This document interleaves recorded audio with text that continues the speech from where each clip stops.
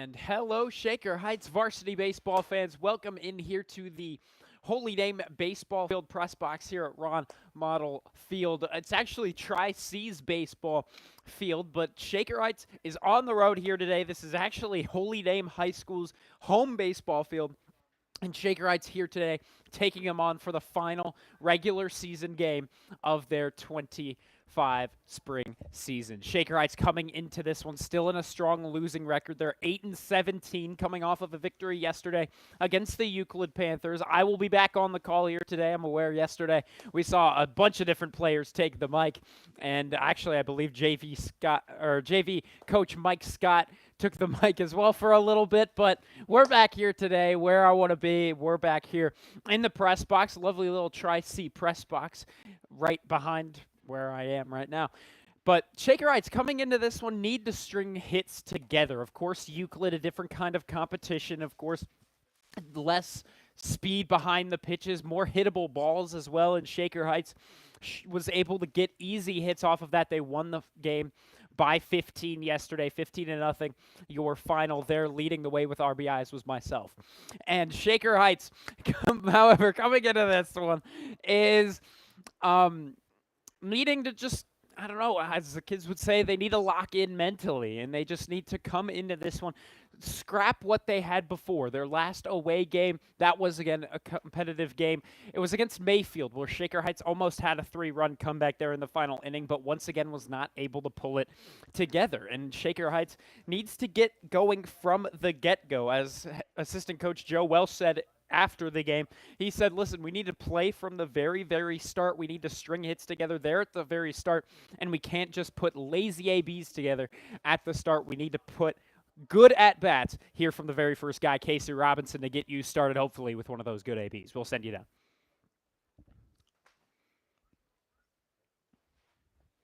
Casey Robinson, a little late to the party the other day in that away Mayfield game. He was, I believe it was AP testing. And so he appeared late to that game, just pulled up by himself while he was supposed to be the starter. Actually came in a lengthy relief outing because it was Eli Stolfus who actually came in for the start. Here, first pitch taken for strike one, low and inside. Here, Casey Robinson, once again, should be your first baseman today. He was out of yesterday's game. Again, a lot of guys rested against Euclid. This one tapped in a good hop. Handled by the second baseman of Holy Name, and the throw on the first is there. It's in time. Casey Robinson goes down on a grounder on 2 pitches. Casey Robinson jogs his way off. Again, we saw him start lower in the order to begin the season, but he's worked his way into the leadoff spot with some good outings. And we should be seeing him on the mound in the first playoff game, which will be in 5 days, Thursday, in North Olmsted. Michael Coxon, another sophomore. Again, Shaker Heights, a very sophomore-heavy squad. He'll take this one outside. Frank, your pitcher here for Holy Name.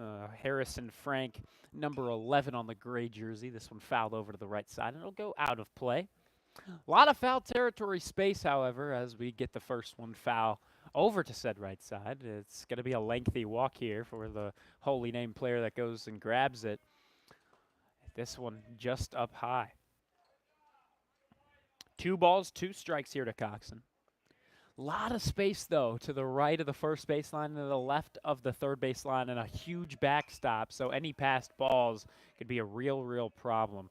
Especially, and I hate to say it, but Quinn Malone has more of those passed balls compared to other pitchers, and he's going to be your starter today for Shaker Heights on the mound. This next one outside, well, only our second guy, and we already have our first countdown of the day. We have 3 balls and 2 strikes, and only 1 out here to Michael Coxon. It's going to be a 1-out payoff pitch with the bases empty in the top of the first. Michael Coxon sends this one over to the shortstop.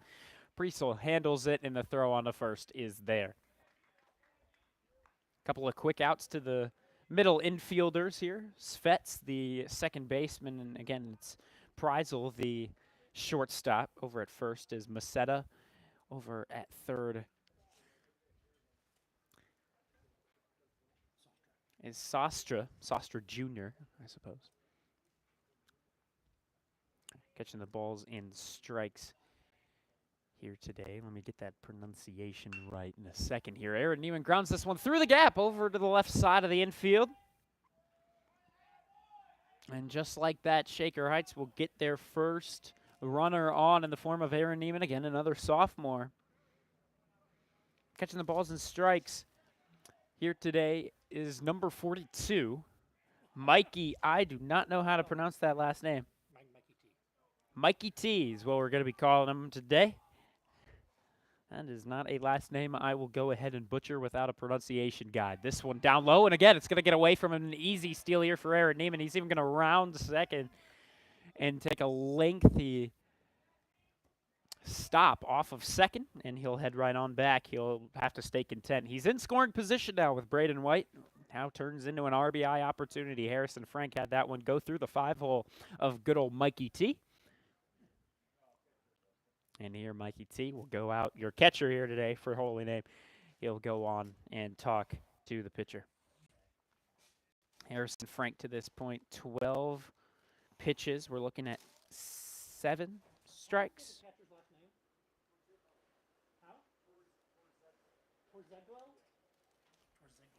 Torzeglo is apparently how this is pronounced. Thank you. Torzeglo. That's not too bad. It's just the spelling is kind of trippy.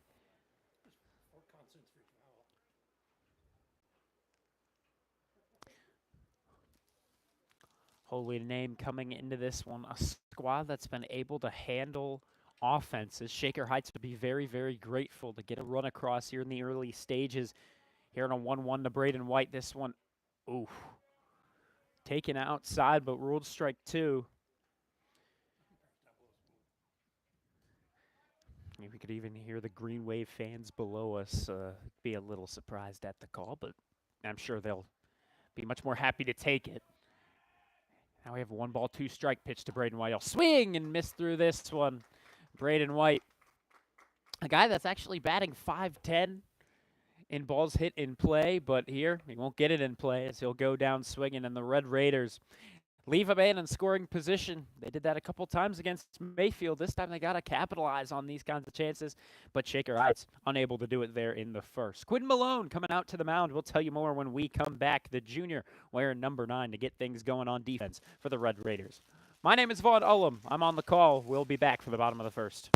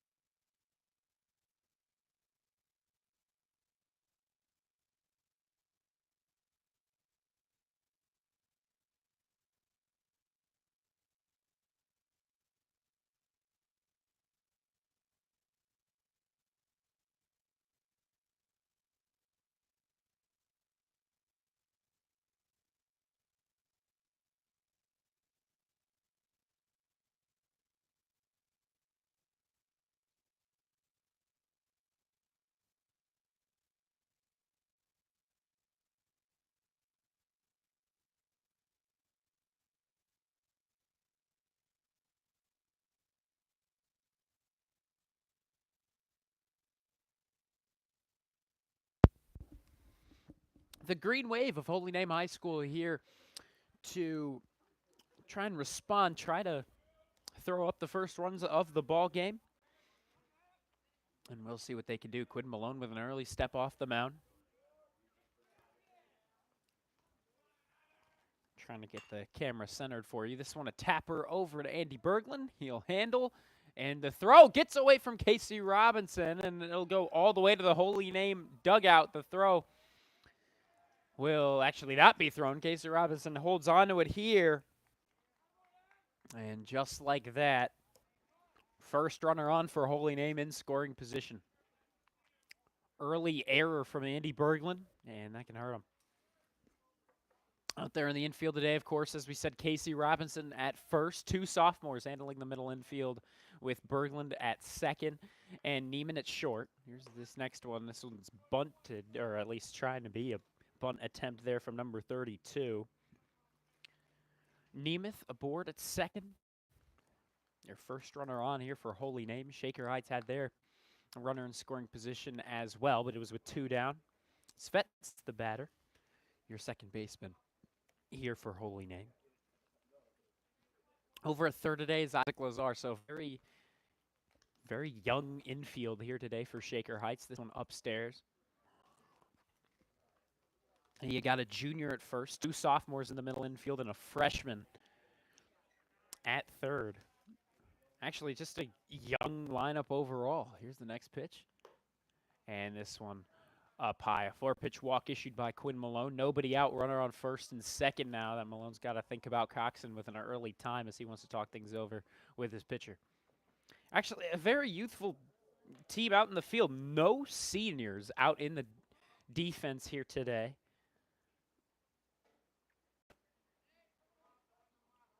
You're not seeing O'Shea, Howard, Kranz, or White out in the field today.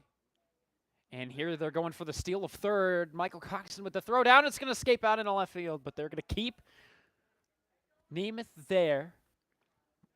So now two runners in scoring position with nobody out. Defensive mistakes are plentiful already here in the early stages. But we continue to play ball. And this next one going to miss the mark again. 2-0 goes the count here to Wisniewski. And this one, oof, that's missing. 3-0 here to Wisniewski. Number 6 on the, for some reason, gray road jerseys here for Holy Name today. And this next one's upstairs. Back-to-back 4-pitch walks issued from Quinn Malone. And early troubles for the Red Raiders. There's no way of getting around that fact. Quinn Malone, left-handed dealer, comes into today with actually his first loss coming a week ago. That next one in there. Came against Riverside. He actually pitched a gem. His offense just could not handle it behind him as they went shut out. This next one outside and upstairs. But entering into today, Quinn Malone, 17 innings pitched and a third. Has allowed 23 runs in total, though only 9 of them have been earned. This next one, oh, outside, but he took the hack at it, so there's strike 2. Quinn Malone, however, working with one of the better ERAs on the squad, 3.64. And now this one popped up and over to the right side. That's going to bloop down right in front of Eli Stolfus. The throw over to third. Not sure why he went with the throw to third. But regardless, run will score on a bloop single out in the right. As Eli Stolfus unable to make the grab. Berglund tried to go into the grass. Wouldn't work out. Here today, I have all turf infield. When you go out, we're looking at all grass here at the Tri-C Western Campus, as it's called. And this first one's right there for the taking, but no hack from the new batter. Bases remain loaded, still with nobody out. Priesel on that last bloop single. Sostra with this next one running in and getting him. Oh, that's going to score another. 2-0. Still nobody out as already English wants to take time and come out to the mound. We're going to step aside 2-0 your score. Still nobody out with the bases loaded. Holy Name in the lead.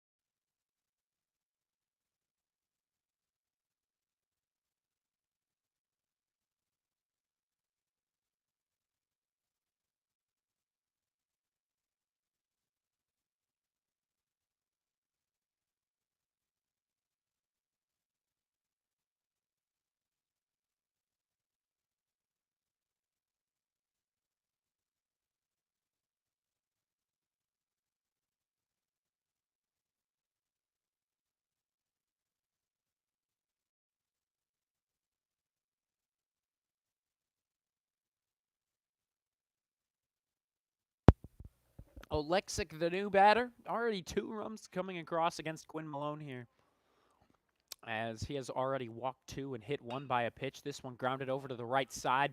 Berglund with the throw to Neiman. Neiman on the throw to first. They're unable to turn 2. They'll get the force at second. It'll go as a fielder's choice here for Oleksic. And a run comes in to score on the play. So it'll be runners at the corners now with 2 down. Double play still in order here. But we'll see if the Red Raiders can indeed make a play like that happen. Want to keep the score where it is. It's already 3-0 with Holy Name in the lead with a 3-run first inning now. We'll see how Quinn Malone can move here. Here, Michael Coxon with the throw over. It's going to escape out into center once more. That'll score the run from third. And the Red Raiders, in the blink of an eye, are already down 4-0.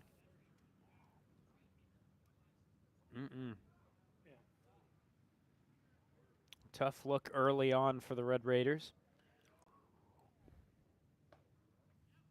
And here, this next one going for strike 1. Can't blame him for taking the first pitch. Quinn Malone, as we said, has already hit 1 by a pitch. Has already walked 2 on 4 pitches. This next one lined right into left. That's going to get over to Jeremy Silver. Silver with a quick throw in. So it'll leave Oleksic at third. But still only 1 down. And it is a 4-0 score with runners at the corners once again.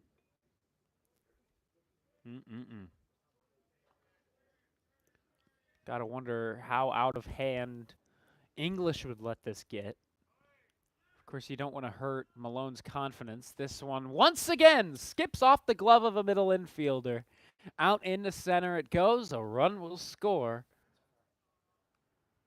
from third. What is it, 5-0? Indeed. Already 4 real defensive errors to this point. This next one going to miss. So it's all Holy Name right now. No doubt about it.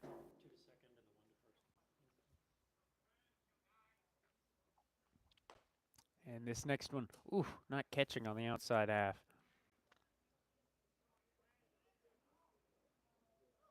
This is already a better start than how Shaker started things off yesterday against Euclid. This next one, once again missing.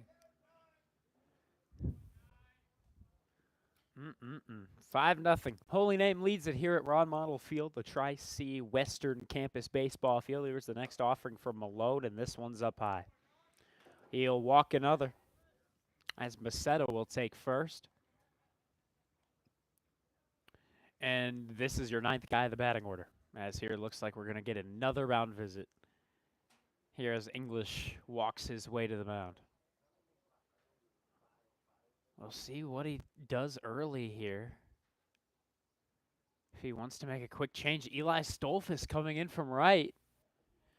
And it looks like we are going for that early change. Thank you very much for tuning in. Vaughn Ullum on the call. Quinn Malone off to a bad outing to start, so it looks like we're going to have that early change. Still only 1 out here in the bottom of the first. Stolfus will come in to pitch for you. We'll step aside as he gets those warm-up pitches. 5-0, Holy Name in the lead. 1 out here, bottom of the first with 2 on here for the Green Wave.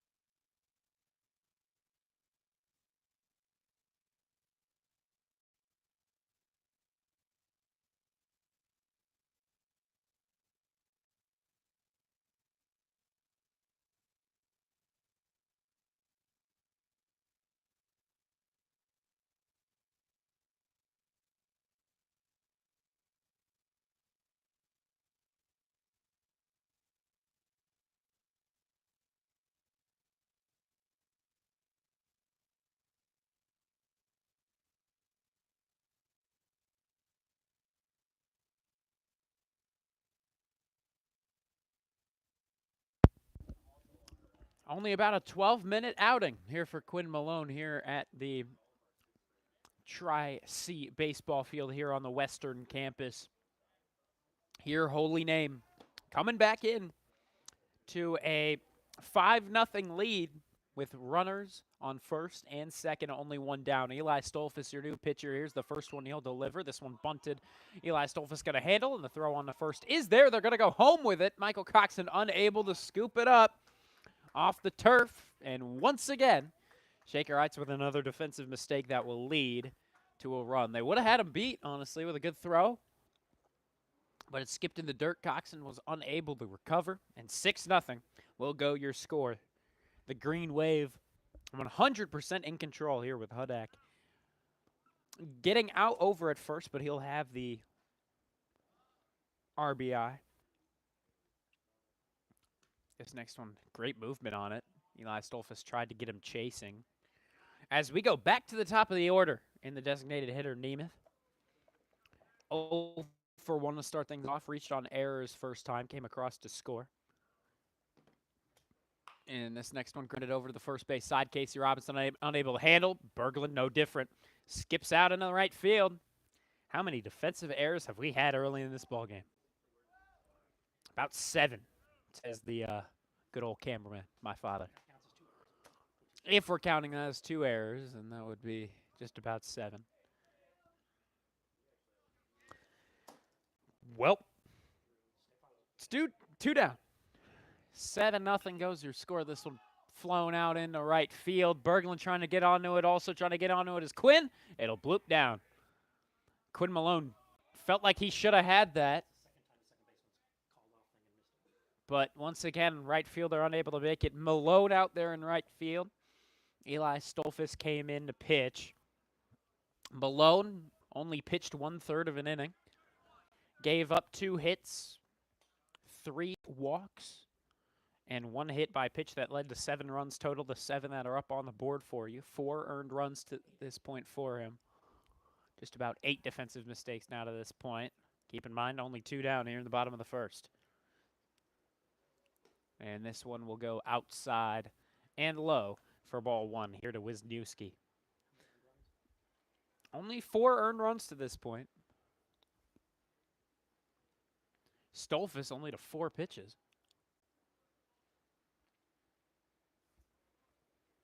Of his first 4, we're looking at 3 strikes. This next one, line down in the right center. That's going to get down and roll all the way to the wall. And this could even be an inside the Parker. And indeed, no, they're going to hold the runner at third. And in the blink of an eye, it's 9-0. Holy Name in the lead. What a poor first inning out of the Shaker Heights squad. Again, as we saw, or as we were told from even head coach Stephen English, this team is comparable to Gilmore Academy, who Shaker Heights did lose to early in the year, but my goodness, they were in it for majority of that game. Right now, they're out of it from the very get-go. This one grounded over to Aaron Neiman, and he'll struggle on the transfer. The throw won't be there in time. Unbelievable. Well, if you were thinking about a mercy rule, it's already 10-0. Granted, it's 10 runs the differential after 5, so we'll be waiting. Unless Shaker Heights can get that offense working. Right now, their defense in a struggling spot here. Casey Robinson thought he applied the tag in time. Midfield umpire said he was safe on the pickoff throw here. Eli Stolfus checks over the shoulder, now delivers the pitch. Beauty of a pitch there from Eli Stolfus. Pitch number 7 from him. Sostra the batter, Priesel taking his lead off of first. 10-0, your Green Wave lead it. Out here in Parma. Here the tag applied once again, but once again, the infield umpire going to rule it as a safe reach from Priesel on the head first dive. Here Eli Stolfus with the pitch. And this one popped up. Michael Coxon going to go ahead and try to grab it behind home plate. There is out number 3. So Shaker Heights does allow 10 runs to come across, 4 hits given up.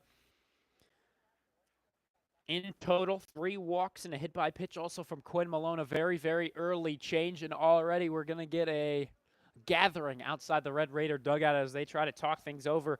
It's up to English to try and get momentum back into the Red Raiders. We'll see what their offense can do to just try to get some of that momentum back in the top of the second. 10-0, Holy Name leads here after 1.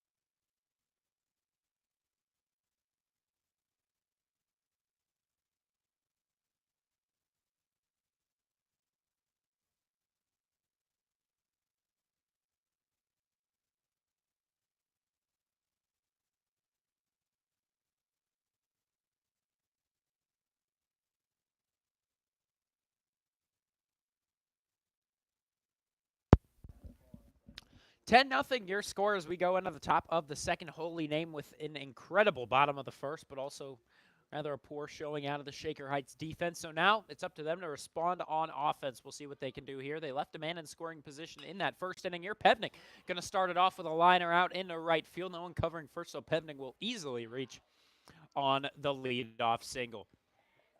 Here at Shaker Heights, out of the dugout meeting, they were talking things over. You could hear out of that meeting they were trying to just pick each other back up. They were just trying to lift them off the ground and just try to get momentum back into their own team. And right now, of course, at a 10-0 differential early on, it's going to be tough to get back into this game. But you got to try. You can't sit back now with it only being the second inning of play. Here, Eli Stolfus gets the signal from English, and after the time, you'll step back in. Harrison Frank still your pitcher. Here, a good pickoff throw, but easily back in is Leo Pevnik. Head first slide from him.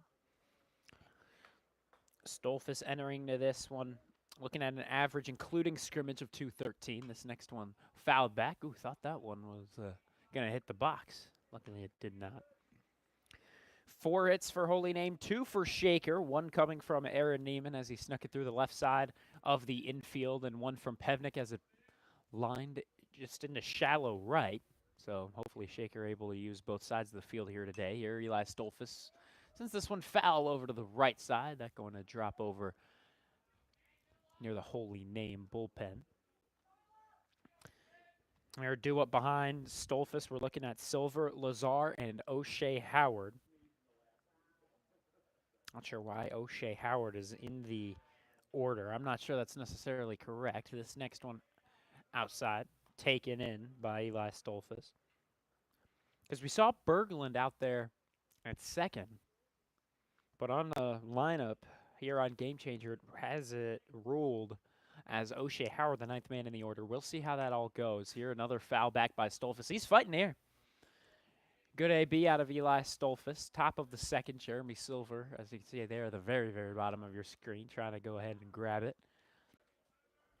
Runner aboard here for the Red Raiders, trying to cut back into a double-digit deficit. That Holy Name created there in the bottom of the first inning. Here's the pitch. That one just outside. He's called that, I feel like. But it's taken by Stolfus. He'll let it be, and he'll get his call. 2 balls, 2 strikes. Nobody out here in the top of the second. It's Leo Pevnik taking the lead off of first. Frank checks him, but now he'll deliver the pitch. But this one popped up over to the right side. Here, the second baseman gets under it, and Svets makes that catch. First out here in the top of the second. Eli Stolfus making that jog back over to the Red Raider dugout. He'll pick up his bat. Good bat it is. Gotta tell you, it's the bat I used yesterday against Euclid. It's a good little bat he's got working for him. Got me a varsity hit, so gotta get a little credit to him. A little nifty gold look to it.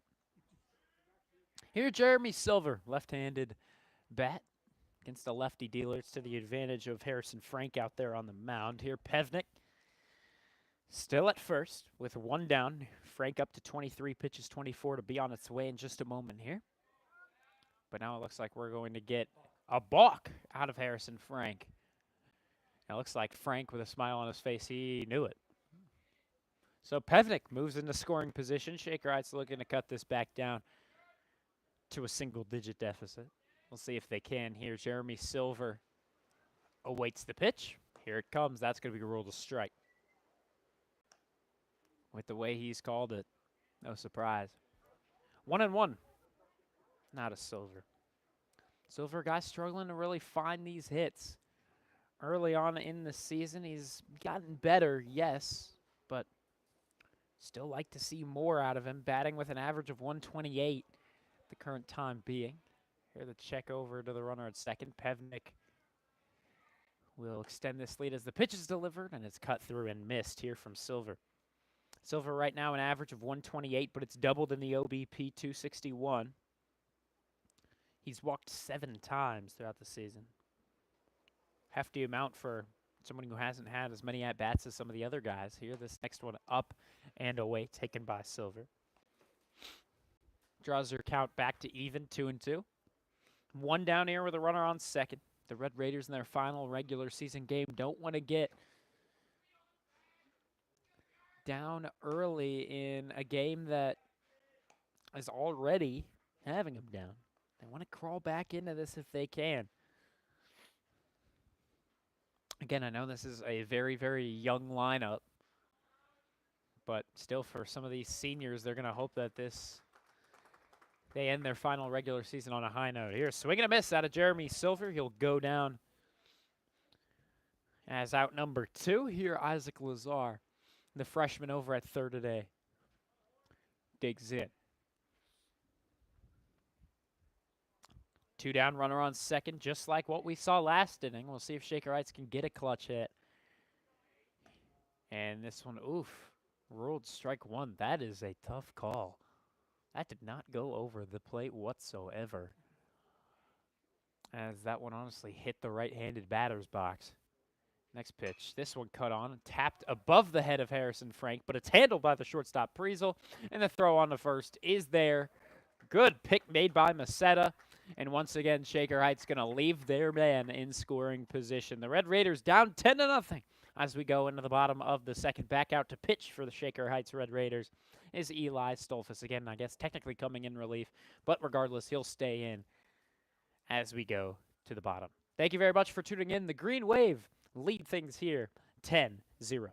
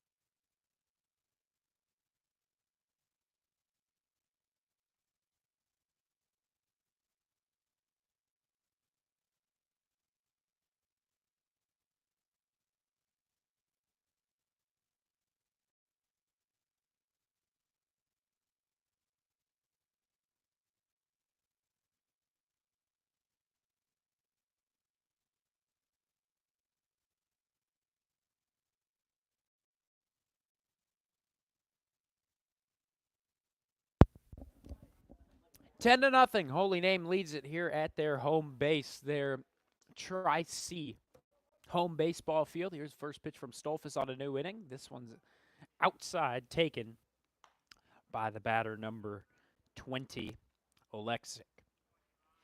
O'Shea Howard actually is back in the batting order. He'll lead things off there in the top of the third. Next pitch to Oleksic is up high.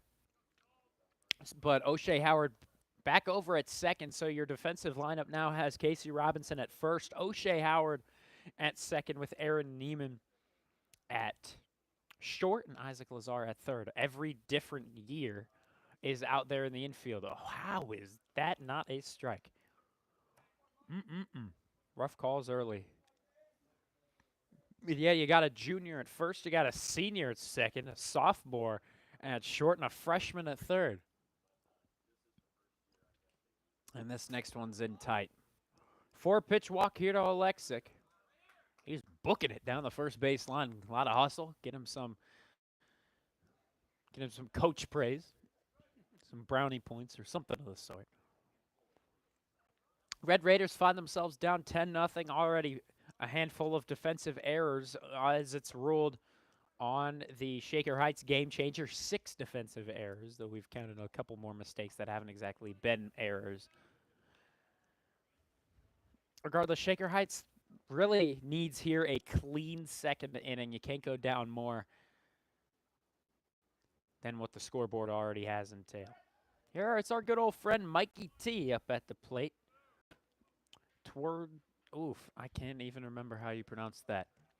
But if we can remember, back on August 5th of 2001, it was the Cleveland Indians that overcame a 12-run deficit to defeat the Mariners after the 7th inning. It was a 12-run deficit. After the 7th inning, they came back to win it. Shaker Heights, of course, here in high school ball, things can be a little more of a wild card. So we'll see what the Red Raiders can do.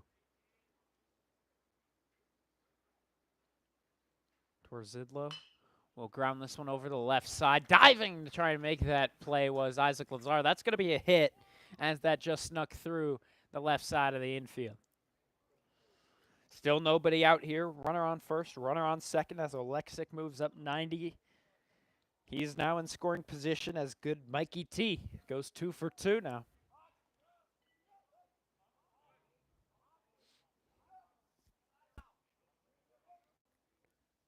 Torzidlo taking his lead off of first here. Stolfus, had Oleksic on a too big of a lead, but no one was covering second for Shaker Heights, and so he couldn't actually make a pickoff throw.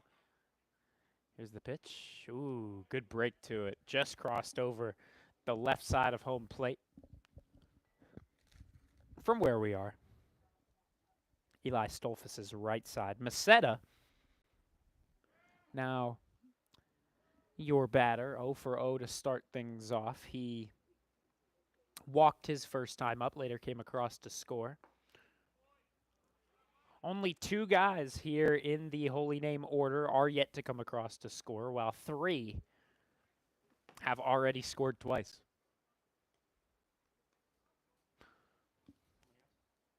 Nobody out here in the bottom of the second. Here's that 0-2 pitch. Just doesn't catch. Stolfus already up to 19 pitches, 20 to be on its way in a moment here. Oleksic off of second. Mikey T off of first. Here's the 1-2. That's way outside. So here early in this one, Eli Stolfus with 20 pitches down, 13 hitting the strike zone. Quinn Malone only went 24 pitches, 9 hitting the strike zone, 15 missing the mark. He's now out in right field. And here, a tapper foul back into the backstop. All cage backstop. Lovely little field that they have out here at the Triceratops baseball field, the Cuyahoga County College Triceratops. From what I hear, they're doing pretty well this year. Again, another JUCO college. Here the pitch is sent over to the left side. That's going to bloop right in front of Jeremy Silver. The throw to third will not be in time. Well, another situation where it's bases loaded and nobody out. Here This time it'll be in the bottom of the second as Stolfus is to 22 pitches. Meseta at first.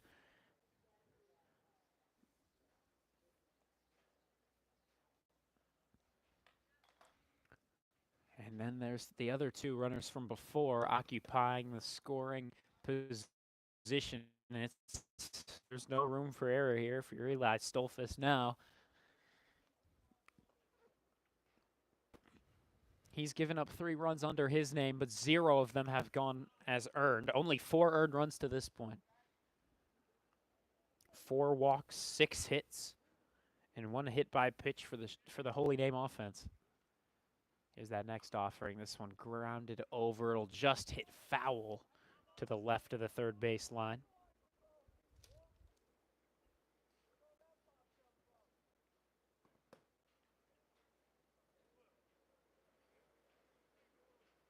I think the wind continues to knock our camera to one side. Our apologies. It continues to try and shift over to third. Hopefully that's a little bit better. This next one missing the mark once again. You can hear that wind coming into the press box.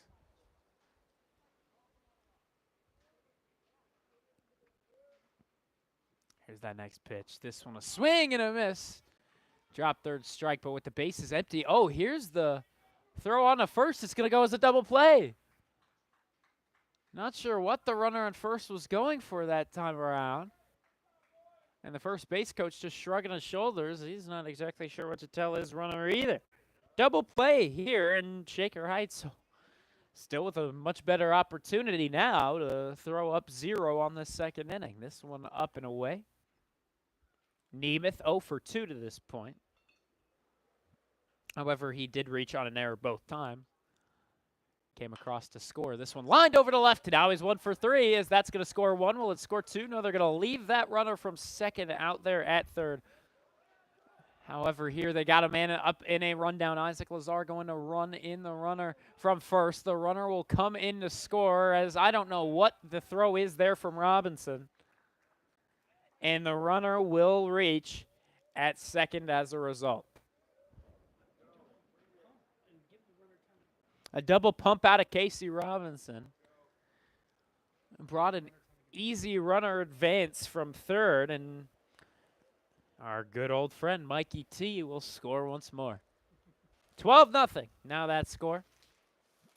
Runner in scoring position still for the Green Wave. Here in the bottom of the second, Eli Stolfus with the kick and the pitch. That's clipping outside. Well, the weather's lovely out here at the Parma Heights baseball field. Blue sky above, some clouds. We were expecting some rain, and we got some rain earlier on.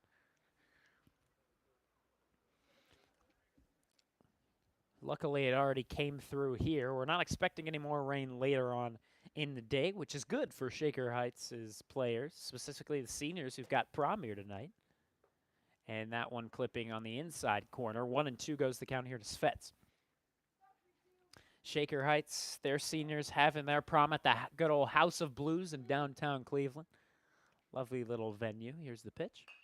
This one grounded over the first base side. Robinson will handle the flip on to Eli Stolfus. Will be in time.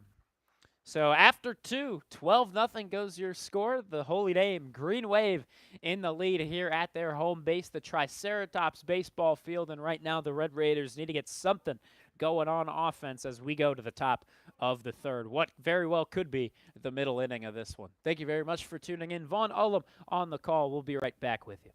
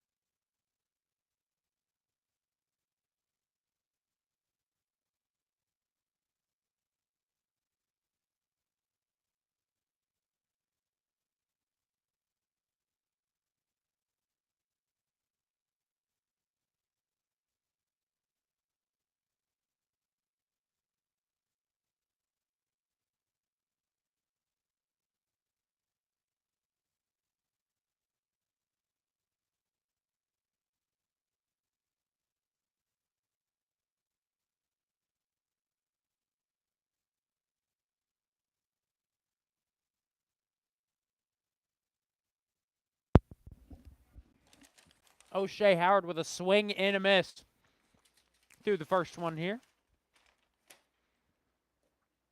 And now the next one will not catch as it goes down low.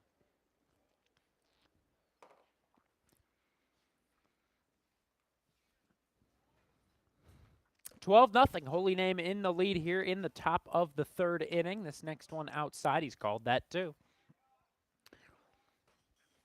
Right now, the Red Raiders need to look at the positives, but right now they're on a whole lot in this game. Right now, they just need the offense to go. They've had runners in scoring position. That's a positive. In both innings, they have had runners in scoring position. They're just unable to put them through for the time being. But again, if they can get that leadoff guy on, you never know. Hey, 12-run deficit, as we said in that last inning for the Indians back in 0-1. You're able to come back in 3 innings. And right now, it's a 12-run deficit for the Red Raiders, and, well, they would only have 3 more innings. Oh, called strike 3. Same pitch that he saw earlier and was ruled a ball. Inconsistent is this unplayed umpire. So here in the top of the third, 1 down. We go back to the top of the order in the form of Casey Robinson, who's 0 for 1. 3 strikeouts, first time through the order. Braden White struck out, Jeremy Silver, and then right there, O'Shea Howard. Harrison Frank remains your pitcher as this next one foul tipped back, I believe. Unless that one... No, actually. Didn't take the hack at it. Never mind. Here the wind once again trying to push our camera. Oh, this one got him? No, just missed him from the elbow. Thought that might have just grazed him on the front arm.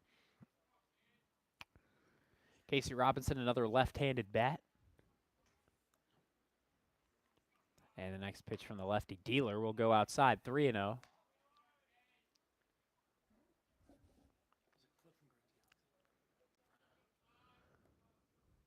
Well, the 3-0, you can imagine he'll take all the way, but this one is going to clip. But that's 100% the approach that English wants. The green wave and an all-gray look, which I still don't understand why. That one, once again, just hitting. We got a countdown with us. 3 balls with 2 strikes and 1 out. Payoff pitch to arrive here to the first baseman, Robinson, as he'll tap this one over to the right side. It's going to hit foul to the right of the first base line. We'll do it again at 3-2 and 1.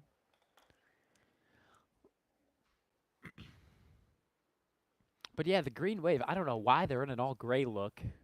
It's not supposed to be a classic look either. If so, they would have had it yesterday. Yesterday was Holy Name Senior Day. But here they're in a road look. Don't get me wrong, it's a lovely look. This one fouled off to the left side. It's a beautiful little uniform. Shaker Heights in their black uniforms, but also gray pants, because they're actually the road team. But it is nice, you gotta admit, to not see a black-on-black jersey matchup. You've seen that a great many times over this past week in softball, baseball. This one sent over to the left side. But yeah, Holy Name has had some lovely uniforms. We've seen it in specifically hockey. They have some nice uniforms. Has namers from the top left side of the jersey as it works its way down diagonally. Kind of a Rangers look. Here the throw on to Casey Robinson. That's out number 2 here in the top of the third. But yeah, kind of a New York Rangers classic look, though Holy Name adds their own touch of green, black, white. Nice little uniform, gotta admit. Braden White, who will be up behind Michael Coxon if he gets his chance. Or, excuse me, 2 away from Michael Coxon. Aaron Neiman would be up next. Here Coxon swings through the first one. But yeah, guys like Isaac Lazar and Braden White have seen that hockey team of Holy Name. They've beaten them by a lot each time that those 2 teams have squared off. However, here, much different story. Over the course of the hockey season, I mean, Holy Name, I think I scored a couple of goals. but Shaker Heights would mainly beat them by about 5 goals to 8 goals. In that range, I would say. Never were able to mercy them by 10 this year, but their goalie was specifically good. Emily Sefcik was the name of their goaltender. This one goes right off the top of the press box. Man, oh man. Scared our cameraman. You're all right there. Thought that could have just snuck over the... There's a little gap between the caging. As you can see at the very, very top of your camera, that's the end of the caging. If that just snuck up and over, that could honestly hit us, just like the Yankees guy got hit last year by a foul ball that got his way. 2 strikes here to Michael Coxon. Here's that 1-2. As this is going to run in, and it'll hit the bat of Michael Coxon. That's just one of those days here for Shaker Heights. And it's fouled away. Unless it isn't. Is it ball 2? I'm not sure. This one outside. We're about to find out the verdict. No, it's 3 balls and 2 strikes. And I thought that had hit him. But I guess it didn't. I'm not sure. Well, payoff pitch here to Michael Coxon. Here it comes. Michael Coxon fouls this one back.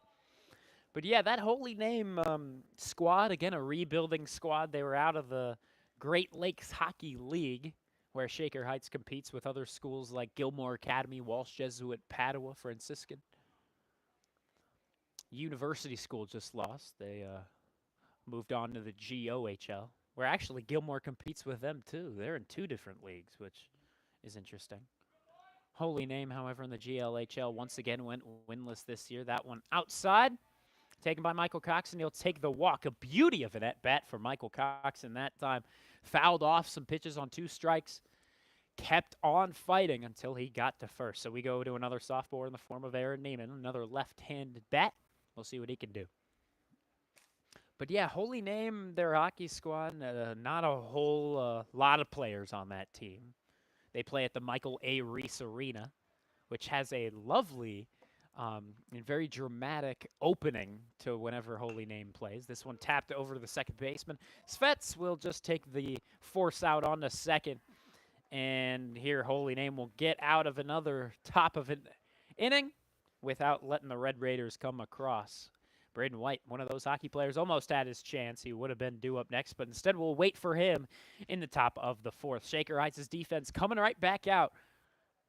Eli Stolfus coming back to the mound. Thank you very much for tuning in. Holy Name in the lead. It's 12-0 here in Parma, Ohio.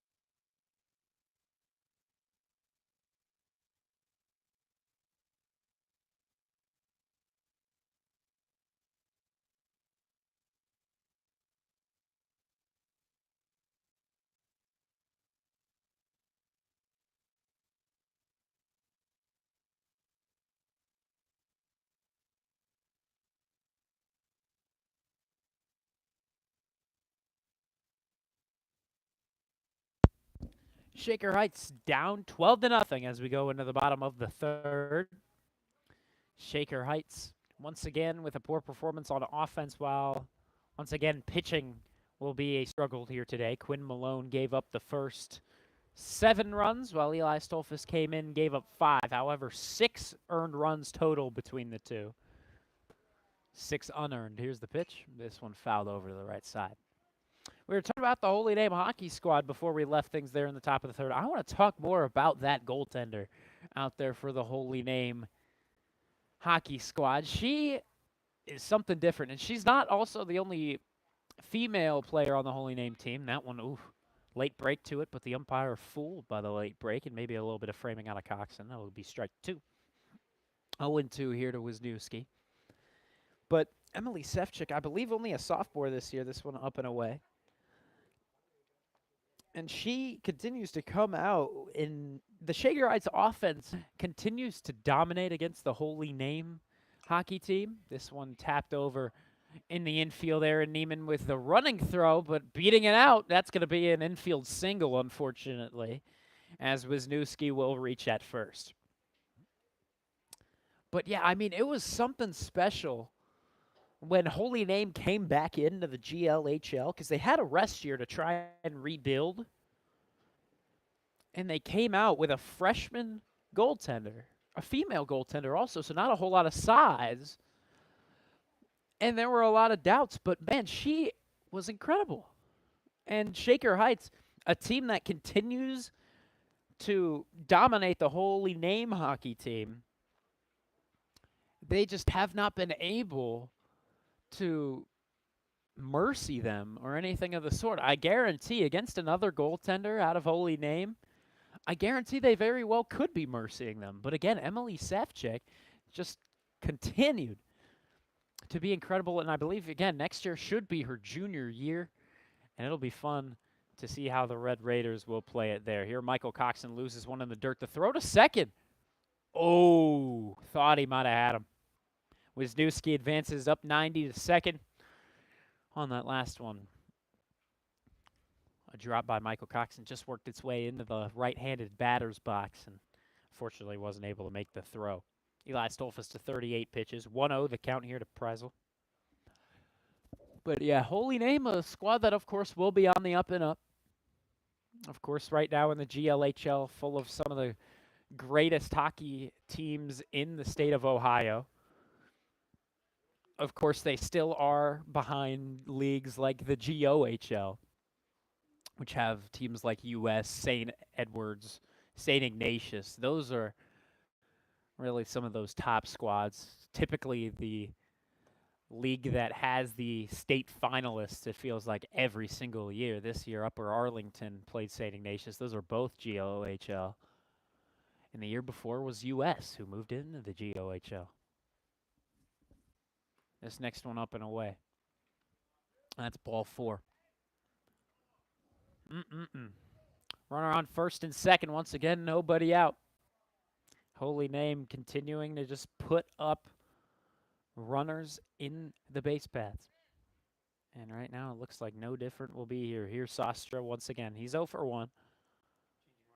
Looks like they might be changing runners, but yeah, I've never called another sport between Shaker Heights and Holy Name that wasn't hockey.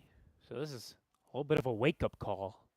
Because again, Shaker Heights always able to handle the Holy Name hockey squad. But right now, again, 12-0. Holy Name in the lead here at their home baseball field. Again, lovely rink, and here a lovely baseball field. It's not technically theirs, but it's their home baseball field. Again, turf infield, outfield grass. But big foul territory over to the right of the first base line, left of the third base line, and behind home plate. Here, runner at first and second for Holy Name. Here's that pitch as this one is blasted out in the left.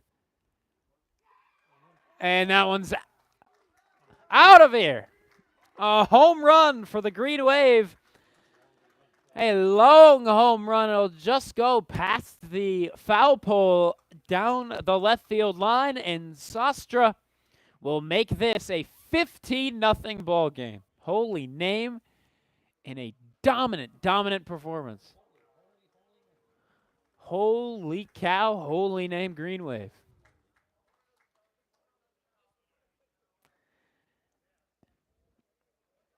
Bottom of the third. Typically what we do is after a 10-run deficit, we step aside from the broadcast, but final regular season game I'll ever be calling here for Shaker Heights, so why the heck would we do that?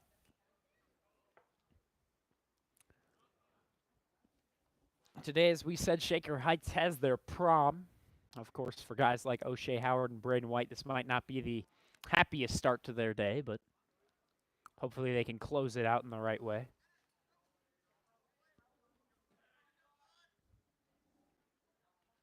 Prom should be very, very fun. This one catching on the outside corner. This was their final score of the game yesterday between Shaker Heights and Euclid. What a difference opponents can make. Here, swing and a miss out of Alexic. I mean, Shaker Heights can easily handle Euclid, but here, Holy Name taking down the Red Raiders easily right here. And this one down low, ball two. And, I mean, it makes you wonder a couple things, like how would Holy Name fare against Euclid? I mean, that could be a very, very rough situation here. Drop third strike, Coxon with the throw on the first. Casey Robinson with the catch. And there's out number one here in the bottom of the third. Already 3 runs sneaking across here.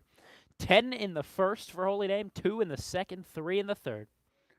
15-0 the score, 8 hits for Holy Name in total, 7 defensive errors, not including some other defensive mistakes, and then 1 hit by pitch as well. 5 walks issued to Holy Name. Here's that next pitch. This one is swing and a miss. Mikey T, our best bud, back out. And the right-handed batter's box. He's 2 for 2 to this point.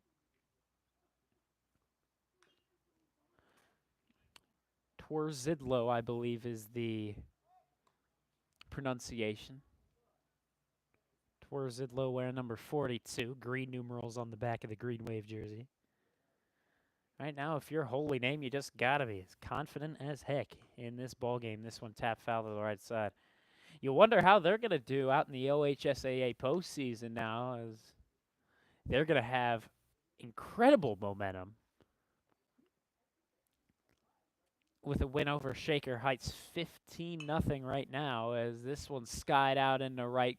Quinn Malone trying to get to it. It'll make the leaping grab there for out number 2. Good play out of Quinn Malone, the right fielder. Right now, really no noise coming out of the left dugout of the Red Raiders. It's interesting. You don't typically see that. You only really see it out of Euclid and I guess Holy Name, that the home team is in the right batter's box. That one, oof. That's not the right call, but we're going to let it go. Home plate umpire calling that one strike number 1 on the outside half. Bassetta the batter, 1 for 1 to this point. Here another swing and a miss. Awkward looking swing that time. But yeah, Euclid does that, and Holy Name does that. I believe there might be another opponent that Shaker Heights has that against. Maybe it's Gilmore. Actually, I believe it might be Gilmore. But regardless, it's just not your typical occurrence.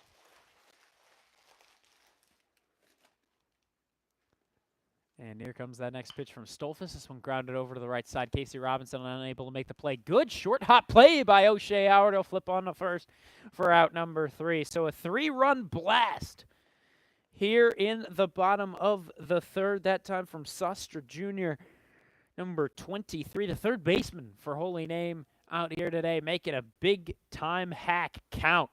Pushing across 3 on a 3-run home run. Here, through 3, 15-0 is your score. Holy Name leads it here at the Tri-C campus, the Western campus.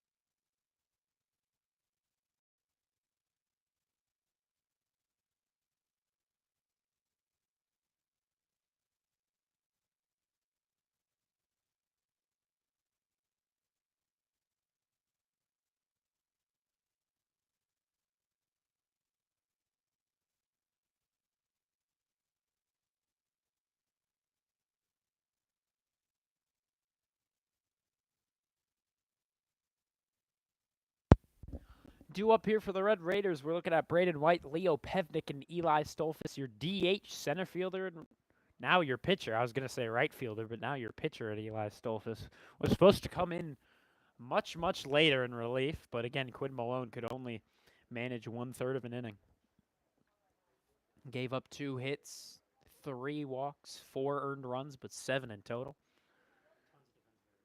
But a lot of defensive errors behind him, and English wanted the early change. Braden White back up. He's seen Holy Name a great many times in the sport of hockey. Ice hockey, that is. And the next pitch to him, he'll foul tip it back. 2 strikes here to Braden White, who's 0 for 1 to start things off. Struck out his first time up. Pevnik to go ahead and grab it behind home plate. Again, a big-time backstop behind Mikey T, the catcher here today for Holy Name. And this next one going for ball 1.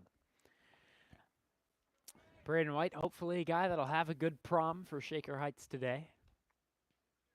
Again, after prom should be fun as well. The prom itself is at the House of Blues in downtown Cleveland, while the after prom, here we're going to get time called, after prom taking place at St. Dominic's School, just across the street from St. Dominic's Church. Here just holding back there was Braden White. Thought he might have taken the hack, but no, he works it full. 3 balls, 2 strikes here to White on Frank's 60th pitch of his first 60.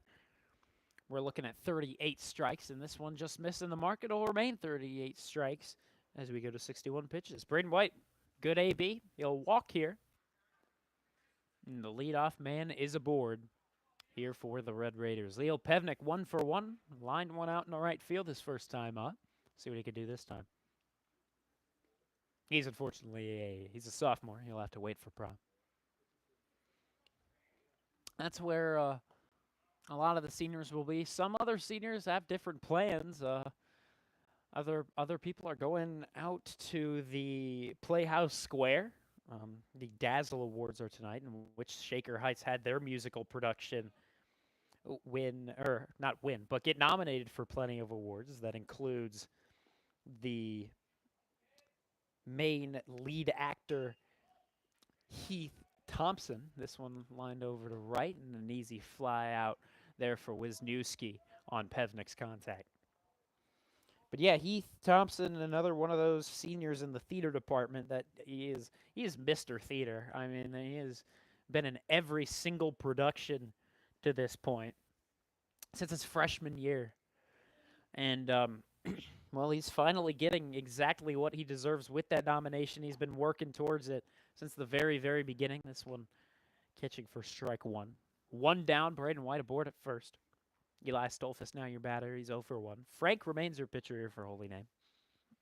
And this next one lined right through the gap out in the right field. It will go.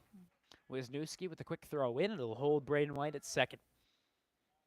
Shaker Heights, well, you don't want to be shut out here. They're already down 15, which may feel a little bit too strong of a comeback to make. You never know, but you can't get it all back at once, so we'll see what they can do here in this 4th inning. Again, only 5 outs now to work with to try and at least get 6 to try to avoid the mercy rule. But yeah, shout out to the Shaker Heights Theater Department. That one, catching strike 1 here to Silver. Of course, I'm representing the baseball team in the athletic department, but still sometimes you just got to tip your cap to the theater department. Great people, great work that they're putting in. And again, they're getting rewarded for it. You're seeing some of these other schools, that one catching for another strike on Jeremy Silver. You're seeing a lot of other schools in the area for the Dazzle Awards, actually at GCC schools as well. I believe Medina is a big competitor out there in the Dazzle Awards. This next one outside, easy take for Jeremy Silver. But then you got a lot of the big-time athletic schools as well, like University School and St. Ignatius. They're always in the Dazzle Awards as well. But again, we're going to be rooting for the Shaker Heights guy, Heath Thompson. Some of those other awards, this one outside, I suppose. Some of the other awards that Shaker Heights will be looking at, I believe they were nominated for things like Best Student Choreography, Best Student Ensemble, This one fouled to the left side. Oh, it's in. No, it's in the left field, and that's out number 2. Thought that was fouled away. I just lost sight of the ball as it went up over the window of the press box. But here, Jeremy Silver will be out number 2. So 2 guys on. Shaker Heights just want to push across one of these runs if they can. But right now, they're still waiting. Yeah. Shaker Heights, I believe, has had over the past 2 years some of the best supporting actors, and best actress was 2 years ago. Unfortunately, just not able to actually win the award. Miles Hills, a current junior at Shaker Heights, was able to get it. Layla Christian, another one for the SpongeBob musical. That was 2 years back. Yeah, that one catching to Isaac Lazar. Wider strike zone out of this home plate umpire. And here the freshman back up at the plate, Isaac Lazar, will be awaiting a 1-1 pitch. It'll be Frank's 73rd. And here it comes. As Isaac Lazar lines this one out into right. Probably not an RBI. Oh, they're going to send Braden White home. And he'll head on back. Not sure why English was deciding to call him that time. It could have been close back at home plate. Just wanted to get it with 2 down, just avoid that shutout, but nothing yet. So here we go to the bottom of the order, and O'Shea Howard 0 for 1 with a strikeout to start things off. 2 down, bases loaded for the Red Raiders. But again, just to close out that last story, all of our hopes and our best wishes go out to Heath Thompson and his nomination. He'll have his performance and his whole award ceremony tonight. Hopefully, he will be the man accepting that award when the time comes tonight. Here comes that pitch. O'Shea Howard takes this one for strike 1. O'Shea Howard did not think that would go. I think that just clipped on the in tight corner. 1-1 goes the count. Bases loaded here to O'Shea Howard, number 1 on the back of the black jersey. This one he'll take up high. Ooh. Here at Ron Monty Field, Shaker Heights with their final regular season game. After this one, we're going to be going into the OHSAA postseason. Shaker Heights baseball doesn't start until next Thursday. And this next one outside, O'Shea Howard will take, so 1 ball away from a walk in as Braden White awaits at third. We'll see how O'Shea Howard plays this on the 3-1.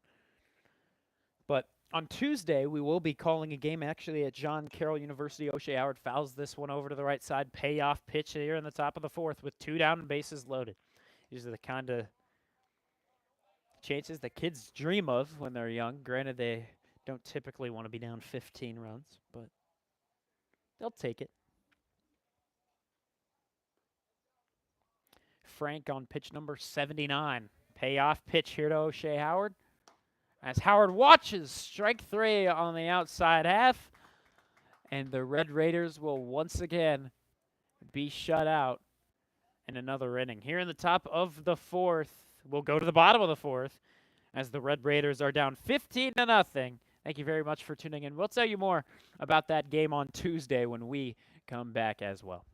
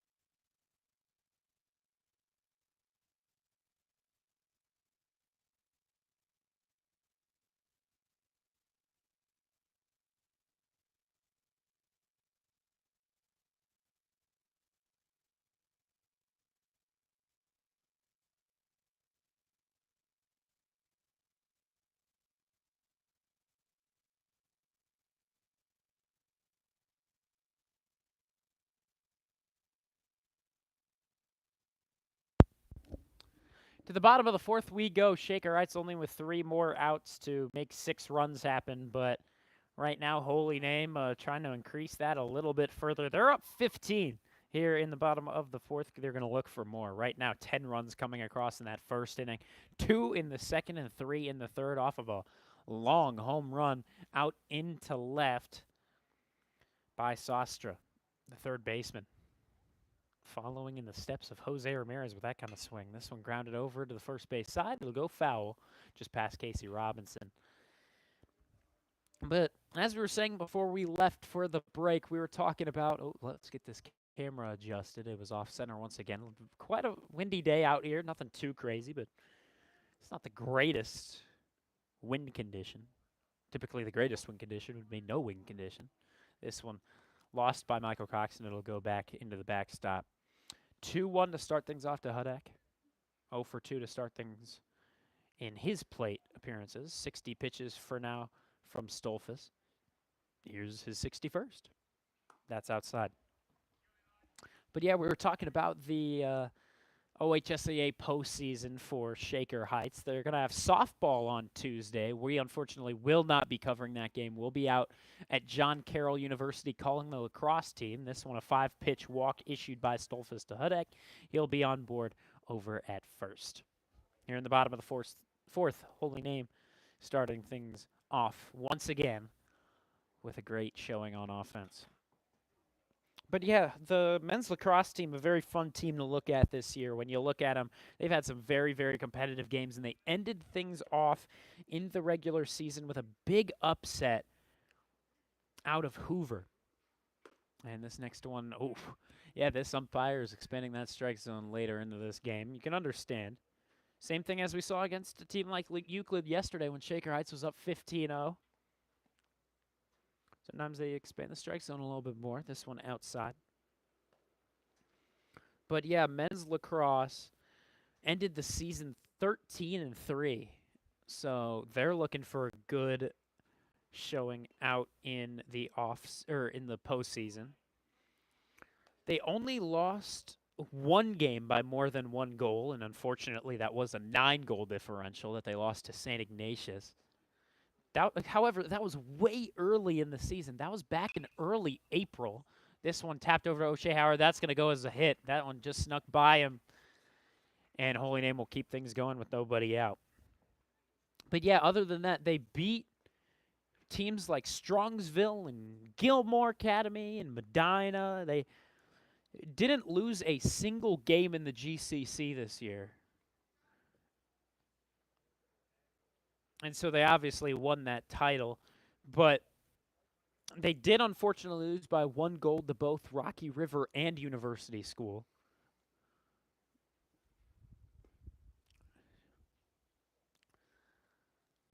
Both of those squads, rather competitive teams. Here it looks like we're getting a little bit of a change here for the Holy Name lineup.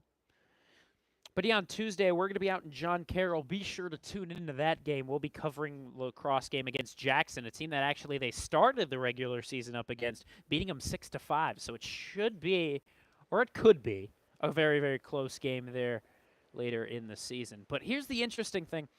The district in which Shaker Heights is competing in, their seed number 1, or at least one of the number 1 seeds, is Hoover.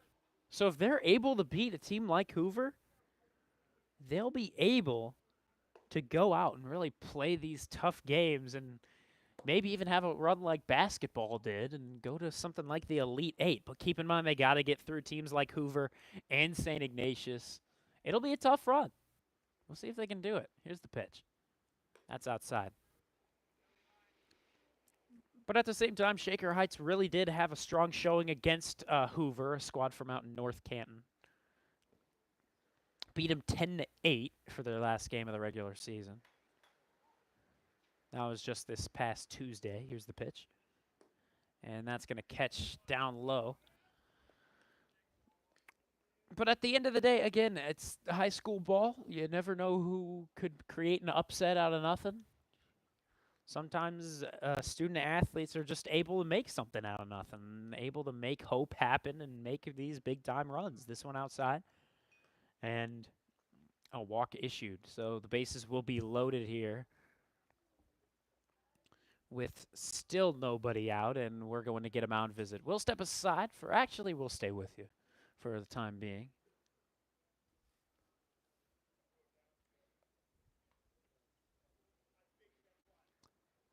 And yeah, the bases are going to be loaded here. Shaker Heights, unfortunately, down 15-0, and it looks like Eli Stolfus will have his day concluded. Vega walked just a second ago as he's now at first. Niemic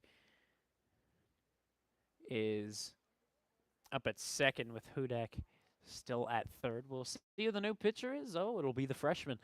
It's Isaac Lazar coming in to pitch, and we'll step aside now as we're going to get those warm-up pitches. Thank you very much for tuning in. Vaughn Ullum on the call. We're still in the bottom of the fourth. Bases loaded with nobody out. 15-0. Holy Name leads it here at their home base in Parma, Ohio.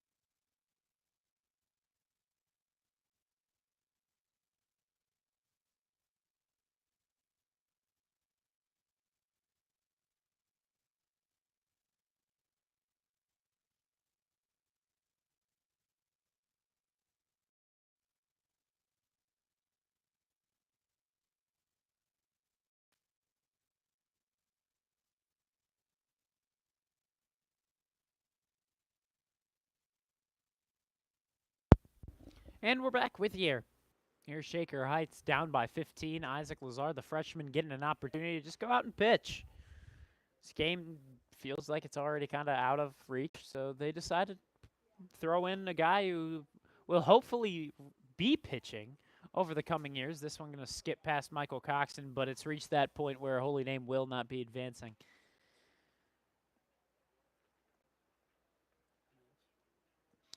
Nobody out here. Bases loaded here in the bottom of the fourth. We were talking about the lacrosse team before we left for that break. Here, Wesley Lewis even came in to third. They've been trying him out a little bit over there at the left side of the infield, and that's, well, because Isaac Lazar came in. Here, Wesley Lewis with the throw to first, and turning two once again will not work. Run number 16 will come across for the Green Wave. And it'll be runners at the corners with one out now, 16-0. So we were talking Shaker Heights plays Jackson on Tuesday in lacrosse. I'm not sure where the women's lacrosse team finds themselves in all this. Here, Isaac Lazar with a rough pitch. He'll lose his hat in the process. It's a windy day, keep in mind. You can see his mullet kind of waving in the wind. Lovely look. Of course, for a hockey kid, it's pretty common you see that kind of hairstyle. This one going to get away once again. Yeah, the women's lacrosse team, according to the Max Preps, look at an 0-16 record at the end of the season. So it'll be interesting to see what kind of run they would put together if they got a run. Here, Wesley Lewis. O'Shea Howard will tap on the first for the out. There's out number 2. Run number 17 comes across from third. So it'll be a runner on first with 2 down. Much more manageable situation. And here comes that big that hit the home run last time.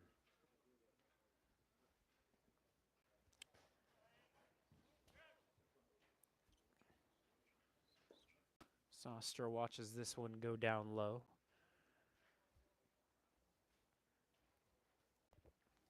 I would say if you had to put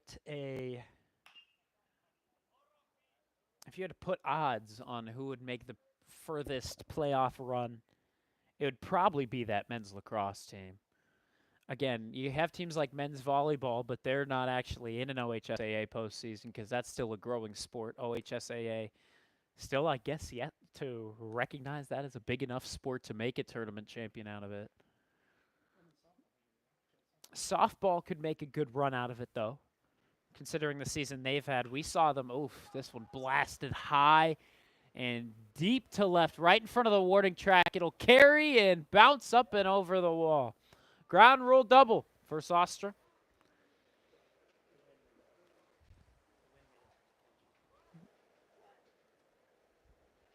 A wind, again, a real factor, and they just got past Jeremy Silver, and it'll bounce up and over the yellow line of the home run wall and left. Runners at second and third now with 2 down.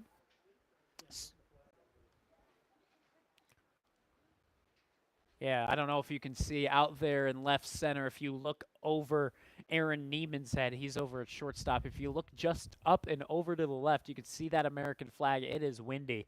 You can see it blowing and blowing.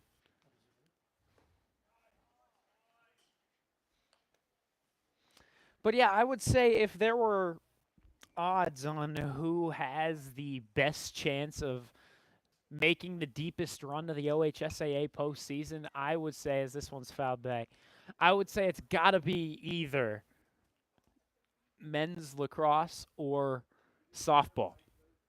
Softball has had them one heck of a year. They swept Strongsville, which no one thought they exactly would, but man, they came out and they competed. But they did still struggle against teams in the GCC. So if they're just able to put together games like they did against Medina earlier this week, it'll be tough to stop that Shaker Heights softball team. Here, this one grounded over to Casey Robinson. He'll step on the first. Shaker Heights with 3 more outs to try and avoid a mercy, but they need 8 runs to do just that. So we'll step aside, and we'll tell you more when we come back for the top of the 5th inning.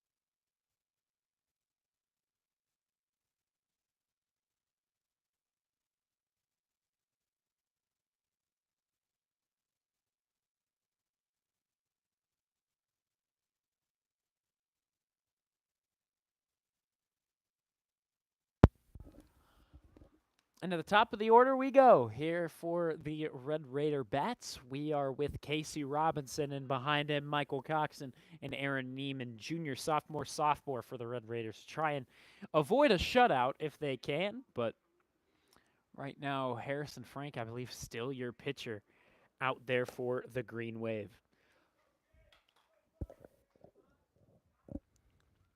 Or excuse me, no, new pitcher out. It's number 38. Here's the pitch. And that's catching on the outside corner. The Green Wave have had a very, very dominant day. There's no way of getting past that, and it started from the very, very beginning in the rough first couple of pitches out of Quinn Malone. This one's going to bloop out in the left. Casey Robinson will be the first runner on. Well, better late than never, say the Red Raiders, and Casey Robinson will be aboard early in this fifth inning. We'll see what they can put together before the Red Raiders go down. 3 outs remaining for Shaker Heights in their regular season. Then they face North Olmsted next week on Thursday. Quinn Malone with a poor performance, but Isaac Lazar came out in that last inning, and he had a great show on the pitching standpoint. Here, a turning 2 double play for the Shaker Heights offense. Beauty of a play out of the Green Wave. And that's how you do a double play. That's how you turn 2. And again, that's why we're looking at this and saying, well, this is why Holy Name could go on and make an OHSAA postseason run out of their own. Here we're going to get a different look as we are going to have Malachi Kranz come in. He'll be taking an AB here. As Shaker Heights down to their final out here in the regular season after the double play. Here's the pitch to Kranz, and runs in and gets him. Well, Malachi Kranz still a little bit limpy in the ankle, so we're going to get a pinch runner? Maybe not. Yes, indeed we will. Aaron Neiman, who was pinch hit for, he'll actually come out and come aboard at first. We'll see if Kranz is back and set in 5 days. Again, that's when your postseason goes. Hopefully he'll be back, as, again, he's been one of the better guys on the offense this season. Here, Braden White sends this down the third baseline. He rules it foul. Oh, just barely. And you can see assistant coach Joe Welsh wanted that one. Typically, he's got that anxious look to him. And you know it when he takes off the hat and rubs the head. That's how you know that's going to be the sign. This one's sent over to the right side, handled by the second baseman Svets, and the throw on to first is there. So the Red Raiders, a rough day, all things considered. They'll go down 17-0 through 5. Started from the very, very beginning of things with a rough showing out of Quinn Malone. The offense unable to back up that poor performance, and the Red Raiders will fall 17-0. So thank you very much for tuning in. Hopefully we were able to tell you some things of interest, like the hockey competition between Holy Name and Shaker. We were telling you about the OHSAA postseason, which is where we go next after this one. I've called a lot of regular season, whether it be for hockey, for baseball, for football, for just any of these different sports. But I'm happy to say this is my final regular season broadcast, and I hope you enjoyed this one out here in Parma, Ohio. The Red Raiders here today going to go down 17-0. Again, pitching a real struggle for the Red Raiders out of Quinn Malone, who started things off, then Eli Stolfus, who came in behind him. Though, good thing to note is that Isaac Lazar, a guy that we're looking to see pitch a little bit more next year, he came in and he pitched a very, very solid final inning. And we'll see if the Red Raiders can, I don't know, maybe take a little bit of momentum out of that. But you can see over to our left, obviously you cannot see, but right now, English and Welsh, a slower walkover down the third baseline, as they're probably going to have an interesting conversation with the Red Raider players as they fall 17-0. Still the offense unable to really get it going against a tough competitor. And our best wishes to Holy Name as they go to the OHSAA postseason as well. But Shaker Heights could have a rough go as they move on. In 5 days is their very first OHSAA postseason game. They'll take on North Olmsted, another team that was mercied by Holy Name, and we'll see what the Red Raiders can do then. Until then, on Tuesday will be our next broadcast. Shaker Heights will be taking on Jackson. That's at John Carroll University. Be sure to tune in there. We'll have another lovely press box setup. Hopefully, we'll be good on the call there. Thank you very much for tuning in. Vaughn Ullum on the call. We will see you Tuesday for men's lacrosse.